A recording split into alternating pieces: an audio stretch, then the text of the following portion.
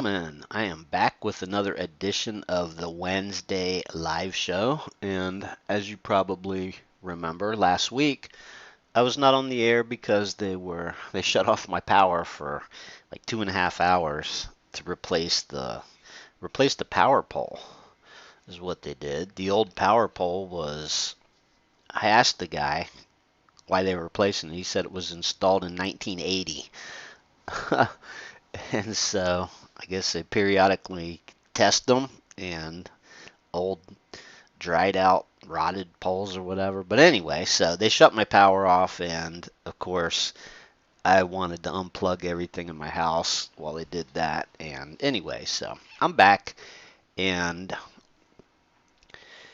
as usual, we will talk about open trades, take a look at the market, which is hit an all-time high again this morning. Big surprise. But yeah, quite frankly, this little run that we're on here is pretty amazing. So, lots of news going on. Today is the day that Coinbase IPOs. So, it's April 14th, by the way, just in case you're watching. I found that most people watch the replay at their convenience, which is fine. And so I try and keep it short. We used to do the live shows for like 2 hours or something in the mornings years and years ago. Some of you guys may remember that, but anymore, attention spans are a lot shorter. People are busy with things to do, and it's just, and watching a show on the replay or whatever, it's not the same experience, and so nobody wants to sit through too long of a show. So anyway, let's jump right into it. So today, so this is the old free stock charts, right? I got this all marked up, and I've been using this, I mean, literally since it came out, and that's probably been, 8 years ago, something like that. And anyway, so it was built in something called Microsoft Silverlight, which you right click on the chart, it says Silverlight. So Microsoft like retired Silverlight, I guess.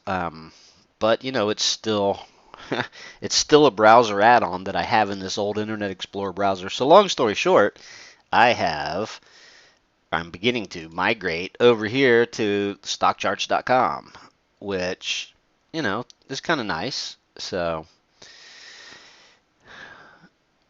relatively inexpensive for what it does. The only drawback is that it's like 10 times easier for me to mark up charts on the free stock charts, quick and easy, and it's just quicker and easier. And so on the stockcharts.com, the good news about the stockcharts.com is that it's basically real time. So that's kind of nice. So we're getting an accurate picture. And plus on the free stock charts, you can't pull up the SPX index. You can only pull up SPY, and you can't pull up the Dow Jones index and all that for whatever reasons. I don't know, licensing reasons or something. But eventually, these free stock charts will go away. So like on this, I just scroll my mouse back and forth, then it zooms in and out. On the stockcharts.com, I have to grab it and drag it here. It doesn't, well, hang on. Actually, it does zoom in and out. I'm still learning it. There's a few things you can do over here, but the drawing of the lines and the marking up of the charts is something that I'm going to have to get a little bit more used to. So the current open positions, I do not have. Oh yeah, you can scroll in and out, but it's so sensitive that if you want to get, that's what it is. If you want to get it just right, you got to drag it to get like the proper view. Whereas this one's not quite as sensitive, but anyway, so here we are. Um, and so here's like what I have for a trend line on the S&P, and I don't have it on the other chart, but what I wanted to point out is, and let me move this chart up a little bit here. I could add the RSI to the other chart, or I have it on this particular one. So this is the S&P 500 index, and you'll notice that this little this sort of rally we're getting here. Oh, and by the way, I've got a 50-day moving average, just the only moving average on here. So check it out. RSI is starting to get over 70 here, which it hasn't been since all the way back, at the beginning of last September, right? What day was this? That was on September 2nd. Well, actually, I'm sorry. What am I saying here? Back at the end of August, the RSI crossed 70, right? And then it got as high as, oh geez, like 80 something. And then there was a fairly significant correction there, August to October. So that was really these were the last dips here. But anyway, just for context, you can see when the RSI gets over 70, maybe it's time to think about. And of course, I've seen the RSI go really really high in the past. All right, if I stumble around a little bit, it's because I'm using both these charts and kind of getting used to them. But anyway, I think you get the idea. So on the free stock charts here, if I want to add the RSI, for whatever reason on the free stock charts, and I never really did like this, but you got to use the Wilder's RSI and remove the moving average, and then you get the actual, what everybody calls the RSI. So, and as you can see, here we go. It's same sort of situation back here as back here. RSI over 70, and crazy thing here, I noticed this morning when I was looking at both of these charts here, is, and of course, the RSI can stay overbought for a long time, and but I mean, it's sort of a caution sign. So look at this, the SPY. I have these price bars set so that if the close is higher than the open, then if the close is higher than the open, then it's green, right? And so you can see that 13 days in a row on the SPY, the close was higher than the open, and so you got 13 green days in a row. On the SPX over here, here's the beginning day right here. You can see that there was a few days here that the SPX, the actual index, actually closed a couple of days. There's one, two. So I don't know. I don't know if I can set this. Like here's a day that it's showing a red bar, right? Because the close was lower than the previous day's close, right? But I like to look at it. I like to look at the colors of the individual bars as, was the close higher than that day's open?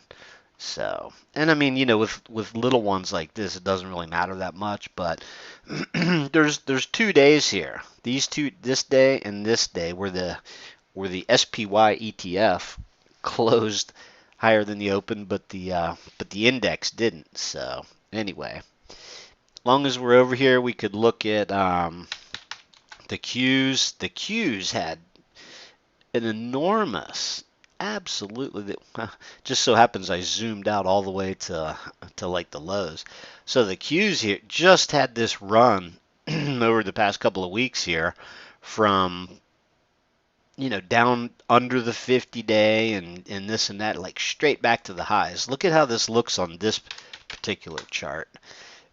This is the one that I had marked up, as you recall, and I had this trend line, and then the last time we were here was this Wednesday, where it was just starting to break above the trend line. And then, of course, this was the resistance. And look at it, just blew right through all that. So, be interesting to see. That's a pretty decent trend line there. But be interesting to see if it can rally up and touch the underside of that. Not that it means a whole lot, but there you go. Just an amazing rebound in the Qs. Right back to the highs when they were struggling. So, if I'm not mistaken, the Russell 2000 is the one that's kind of struggling here. I might as well just take that off. So Russell 2000's got, and of course everybody sees this, but it's got sort of a potential head and shoulders, I suppose. I guess, would that be the neckline right there? So the small caps are still, right there. That's essentially up at the highs. Although, interestingly enough, that was the previous high that goes back to 2008. I'm sorry, or 2018. Sorry, I'm still waking up this morning. Yeah, 2018, and it finally just broke above that right here, which is kind of interesting. So I'm still learning all the symbols over here at the. I could probably, let's see, Russell, RUSSEL, Russell 2000. I don't know the ticker symbol here, but anyway. So I just use IWM. But I don't know the ticker symbol at stock charts. I'm sure the index starts with a dollar sign, but anyhow, yeah, the stockcharts.com is kind of cool. I mean, and by the way, I'm using the stockcharts.com ACP, which is their new high-tech version. So there's some stuff you can do with the older version that you can't do with this newer version. But I sort of like this because it's more consistent. It's new technology. A lot of people don't even know about it, but it's Stock Charts ACP, and I forget what that even stands for, but I like it. Anyhow, long story short, I'm still. See, if I type in SPX, it says symbol not authorized. So look at how extended the S&P is from this trend line. Look at this, current rally that's underway here, and I mean, we've seen it before. This right here, this reminds me of what I was just talking about, where the RSI got super extended back here, right? I mean, the market had been rallying, and then the last sort of leg of the rally, like at the end of August of last year, just went crazy bananas, and it reached a point where, kind of like right now, nobody could think of any reason that the market wasn't going to just continue to go up into perpetuity and this and that. And I think you probably throw in some short squeezes.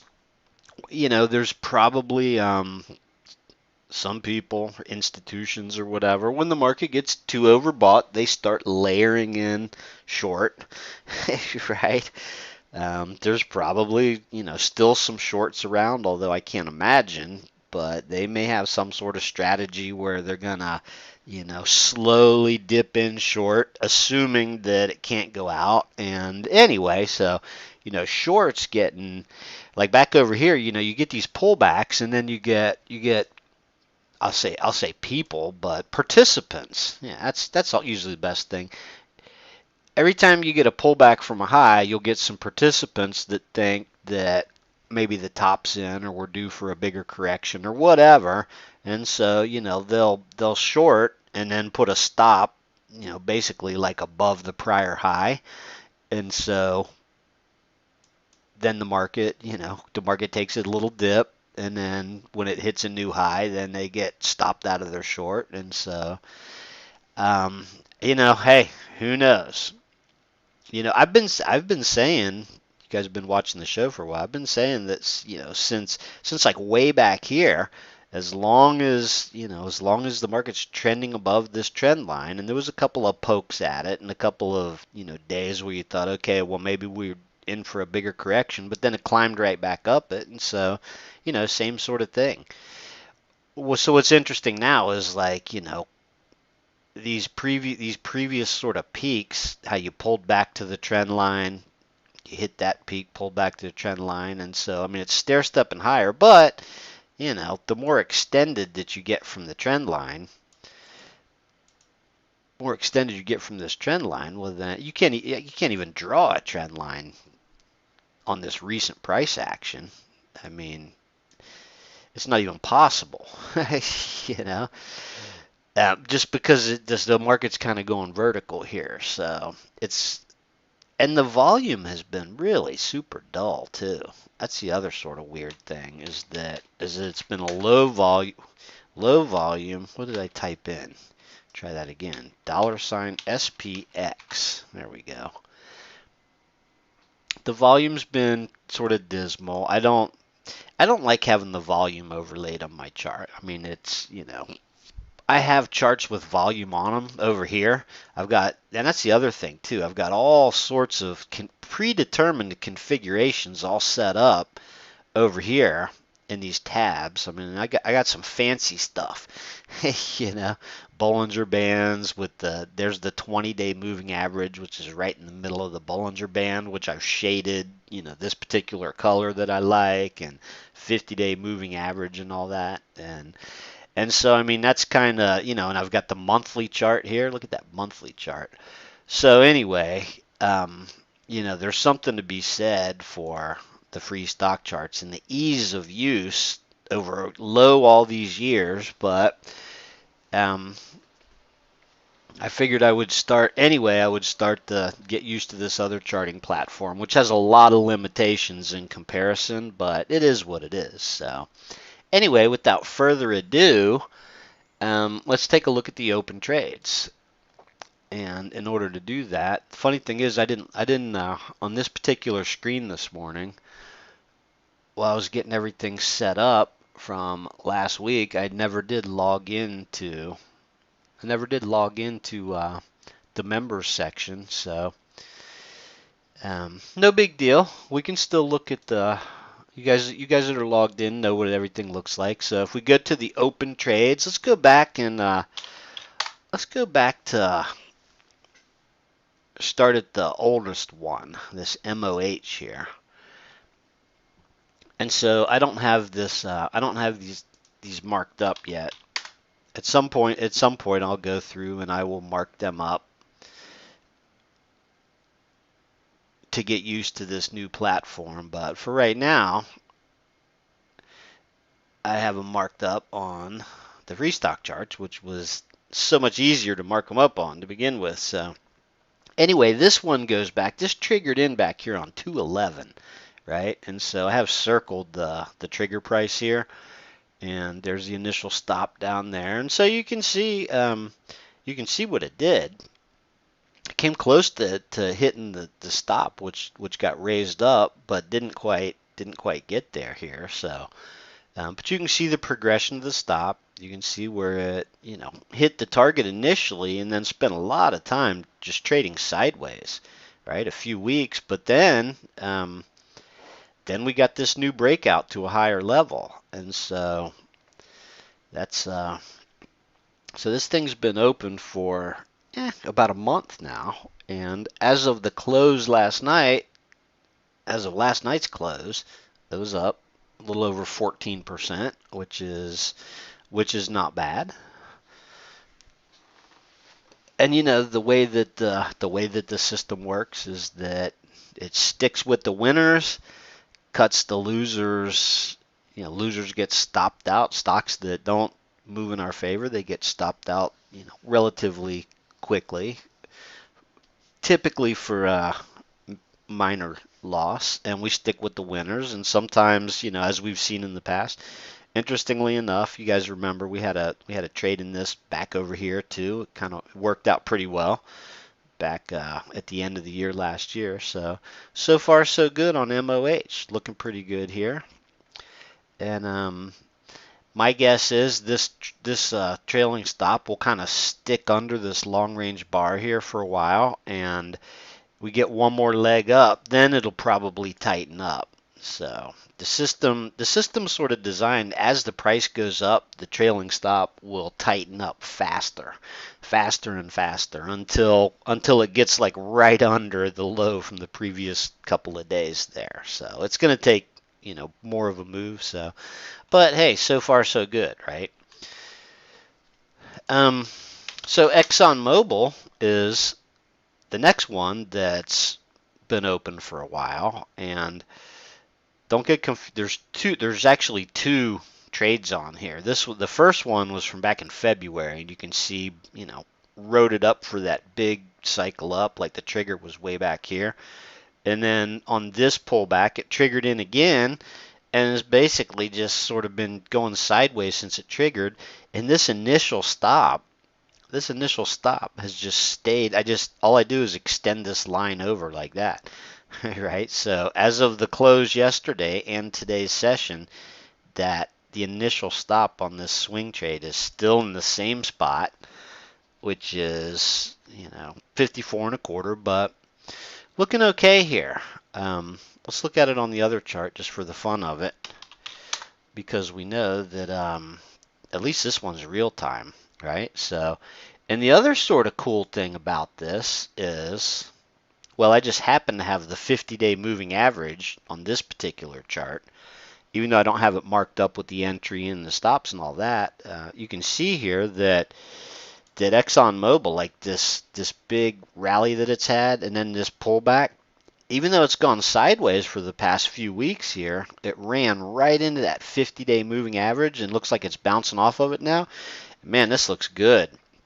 I mean, I can't guarantee it's not going to just fade back down and hit that stop, but because it could, obviously. But, and the other thing I kind of like, I like having both these charts. The reason is that all these marks on the chart kind of subconsciously, whatever you got on the chart is going to affect what you think you see on it, right? So with no 50-day moving average on here and all this, it's a whole different looking chart than this, which as soon as I see this chart, I'm like, oh, that looks great, right? So all we need is just I'm not going to draw anything on here on the fly, so I'll practice that during the week, practice marking up these charts, and then eventually I'll just transition over to these. So I expect the free stock charts to go away at any time. So Microsoft gets angry at me when I open my Internet Explorer browser, and so eventually, I mean they've basically already said, Internet Explorer is a thing of the past. So, and that's the only thing that the free stock charts works in is Internet Explorer. So, but anyway, all that aside, this looks great. Just sort of based on the way that it pulled back, traded sideways, and is coming off the 50-day now. And so far so good on this, even though, it's down, it was down like 3% after yesterday's close, but it's up 2.5% today. So it's basically, sitting at about even here. So no big deal. All right, moving on. PayPal. PayPal looking pretty good here. So, we looked at this a couple of weeks ago when it was triggering in. Let's see, it triggered in. It was basically starting to trigger in when I was doing the show a couple weeks ago. It wasn't last week, right? No, it wasn't last week. So anyway, there you go. There's kind of the setup, the pullback, and then there was a bounce, and then pulled back a little more, made a higher low, right? And I drew this trend line a couple weeks ago when it was triggering in, and you can see that it actually triggered in on a gap up, like a little gap open that morning. But what was the open that day? 248. So a couple of bucks over the trigger line, no big deal. The trailing stop so far it's just moved once. Now I sort of expect that this will ratchet up again today, but there you go. There's the target. Made it through the target and then some. So that's positive development. Let's see what it looks like on the other charting platform without any sort of without any marks on it. Yeah, so you can see what happened here. It took a big dip, rallied back to the underside of the 50-day, and then this last run here, it basically formed the cup up to here. And so it's back above the 50-day, looking pretty good. And so the question is, how far does it pull back here? What does it do? Does it keep heading straight up? Very well could. So this thing's been a really hot stock for a long time. And yeah, I think that was a pretty good entry, to tell you the truth. That was a really nice sort of, and I have, obviously I got this trend line drawn a little differently than maybe how you could draw it, but if you zoom in on the price action, which is essentially what we're doing, I mean, we're playing, we're sort of playing like the medium term cycles, but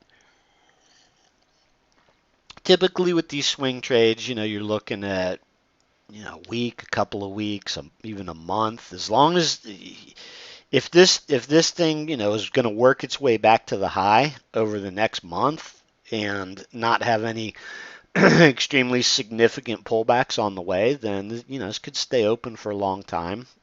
Um, a lot just has to do with the price action. That sort of dictates everything. So far so good on PayPal. As of last night's close, you can see it's down a little bit today, but actually it's down, yeah, not even 1.5%. But as of the close yesterday, it was up 12% from the trigger price. Not too bad. Um, and so yeah, there's the next one. Excuse me, RVLV. This is one of the newer ones. This thing's only been open for, how long has this been open for? Just a few days here. So this triggered in on 4.6, right? And so there you can see on 4.7 at the open. 4.7 at the open, it was trading above the trigger price. And so there you go. And so there's basically where the buy was. There's your initial stop, which was essentially just a little bit below the day that pushed through it actually broke through the trigger price on a long range day. No big deal. I drew here's the target, which I'm going to have to go to this other chart because see, this is delayed too. That's another thing that's been annoying me about the free stock charts. So this is delayed. It's showing the high is 52.71. Well, which definitely means it definitely hit the target today. Let's see what this says since this is real time. This says the high is 52.71. So you can see it's pulled back a little bit from the high here. So I drew the C target, which is the compensation target, which compensates for the difference between the trigger price and the actual entry, right? Because we wait for the stock to have a close above the trigger, and then according to the basic strategy, it becomes a buy at the open the next day as long as it's still above the trigger. Like, it closed above the trigger here on 4.6. So on the following day, like say it gapped down at the open, was below the trigger and then tanked, it would not have triggered in, right? That's sort of the what do I want to call it? Like it's the entry confirmation. It's the confirmation that we wait for. And I've mentioned this a lot, but for the benefit of anybody that hasn't heard it or is new or whatever, we're not taking entries based on intraday action. We're using the closing price, which is what I believe, institutions and professionals do. Is it's all about, the close. The intraday can be a lot of noise. You can have weird stuff that happens intraday, like over here on this particular day. It gapped up a little bit and then tanked, and then they bid it all the way back up, and it closed, considerably higher. So if I change this to just a line chart, it would just be based on the closes. And so conceptually, the close is important, obviously.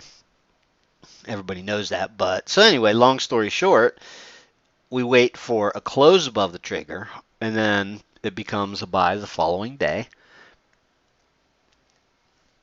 And then there's typically going to be some sort of a gap. There's a gap up or a gap down, and we don't really worry about that. But the main thing is where's the target, right? And so in order to maintain sort of an equal distance from, assuming you could, and some of them actually trigger in at the exact trigger price.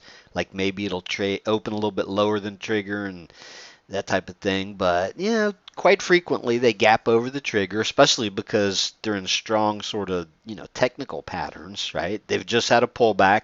They're coming off of a pullback and get a change in trend. So many times there is a gap up. And the simple way to sort of compensate for that is to just add the difference, from whatever the open was the following day to the target. And so that's what I did here. And this one was real simple. The trigger was 46. It opened at 47.50. And so you just add a buck and a half to the target, and there you go. Right? So, RVLV's only been open for about a week now, and as of yesterday's close, it was up 11%. Not bad, looking pretty good. And quite frankly, I mean this is a very constructive pattern. So, in theory, we need one more push up here to this target. And that's pretty close to the high. So, I mean, the target is basically, this is a great example too of, I mean, look at sort of, the way that this pullback manifested, and then you get like these pivot lows like that, perfect pivot low reversal day, and then, start to come back up, and then you form that cup. I used to say, look at the white space in between, the sort of the white space in between the candles. That's how I came to sort of visualize like the cupping pattern is I'm sort of looking at like that, right? And so, it forms like sort of a cup, a little different than the cup and handle thing, but anyway, so there you go. Good chance that this thing, rallies back towards the highs, and then the idea is that you take half off the table at the target, let the other half ride with the trailing stop, and some of them, you get exceptional gains on. So, yeah, so it makes sense. 11% roughly in, 10, 11% in a week. Take half off, let the rest ride with the trailing stop, which I expect this trailing stop, depending on what this does today, I expect it to ratchet up a little bit higher after the close tonight when we do the update. And then, of course, you guys know that got one triggering in this morning, and I'll be honest with you. You guys know that I kind of wanted to ban this one from our universe for what I just don't care for it, right? It's this coffee ETN, which is kind of a low volume deal. It was a very low volume, and it does make the moves, but it's kind of erratic, and goes in one direction, goes in the opposite direction, and this and that, and so it stopped us out in the past. Like last time, I think it had this pullback to the 50-day, rallied up here, triggered us in, and then you can see what happened, and then stopped us out right off the bat. Went down here, and so anyway, I'm not a huge fan of this. So, and in this entry here, I didn't even mark it up yet, but this entry here, I don't think that I did actually sort of mark this up, so it's got some. Well, you can see back here what happened. It triggered in, didn't quite make it to the target, came back down and hit the trailing stop. No big deal. I mean, roughly 50 cents. And that's the other thing about this is that it's really super. You can see that the increments over here, 25 cents. So not only is it low volume, but it's like, low volatility, kind of boring. And, obviously it's all about percentages. So, it could rally back up to 40 or whatever, but I'm just not a huge fan. So I'd almost prefer that it was not in the universe, but so, those other open trades that we have looking good. I mean, we already have 4 open trades, and there's a couple on the pending list that don't look too bad, right? I'm not going to look at those today since I didn't log on to the service here. I figured that I'd just go over the open trades. So again, quick review: MOH looking great. ExxonMobil starting to look a little bit better here. It's sandwiched in between the target and the trailing stop, trading for really close to the trigger price. Good look to it. PayPal, so far so good on PayPal. Nice, nice move through the first target. And RVLB, right? And so, quite frankly, I'd wait for, I'd probably, well, I mean, it's everything's discretionary, but and see if I sit here and say that JO's probably best off avoiding, wait for something better to trigger, then that'll probably give it what it needs to actually go up and hit the target, right? So I told Jeffrey, I was like, all right, we'll leave it in this one more time and see what happens here. But quite frankly, the volume I think is the one thing that's sort of a turnoff about it is that it's like really low volume, and so I I thought we had some sort of a volume threshold, which we do, but that might just be for individual stocks. ETFs can make it through somehow. So anyway, the reason that there's not a much bigger list of pending stocks than you see. I mean, there's a decent little list of pending. Um, well, actually, we're down to a few here, but and the reason is because of the market, right? With the market continuing to rally up here, obviously you know that what we're waiting for is a pullback, right? Like we get a pullback like this, like we had back in February, then a bunch of stocks set up, and so the system is going to wait for the stocks to like sort of have a pullback that ideally runs its course, and then um, ideally runs its course, and you get a change in trend where the uptrend resumes. So I mean, hey, quite frankly, you're almost better off now that we're this extended. Better off with just a few open positions, raising stops, and inevitably something will come along and trigger a dip, right?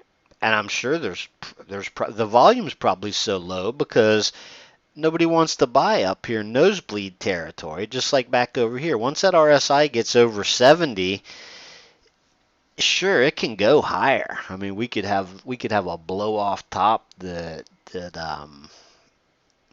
but patient people, if you're patient and you have good, you've been doing this for a long time, you know better than to rush in after a move like we've already seen. And you could have said the same thing like right here, like at the beginning of August, right? And so market going up, and then like right around here, you think, oh man, this thing's extended. You get a red day, and you're like, oh, it's over in that, and and the RSI gets over 70, and it can continue. That was actually like sort of a blow off day back there, right? That RSI got over 70, you still had a bunch of up days, and then you had this huge up day, and then of course, boom, something. I don't remember what it was, but something happens and you get the inevitable pullback. So anyway, what I'm trying to say here is that it's not a good time to be triggering in a whole bunch of new stocks because we're just very extended here. Extended from the 50-day, extended from any trend line you can draw. Geez, if I drew a trend line sort of across all these highs, it's busted above that. You could at least expect a pullback to that. So, and you saw I had the Bollinger Bands here somewhere. Where was that? This sort of poked out of the Bollinger Band and climbing, and all these green days in a row. So something's going to come along and cause a little bit of a pullback in the market, and so that'll set up a bunch more individual stocks for swing trades. So until that happens, we will stick with what we have and let it ride. So anyway, thanks for tuning in, and I will see you guys back here same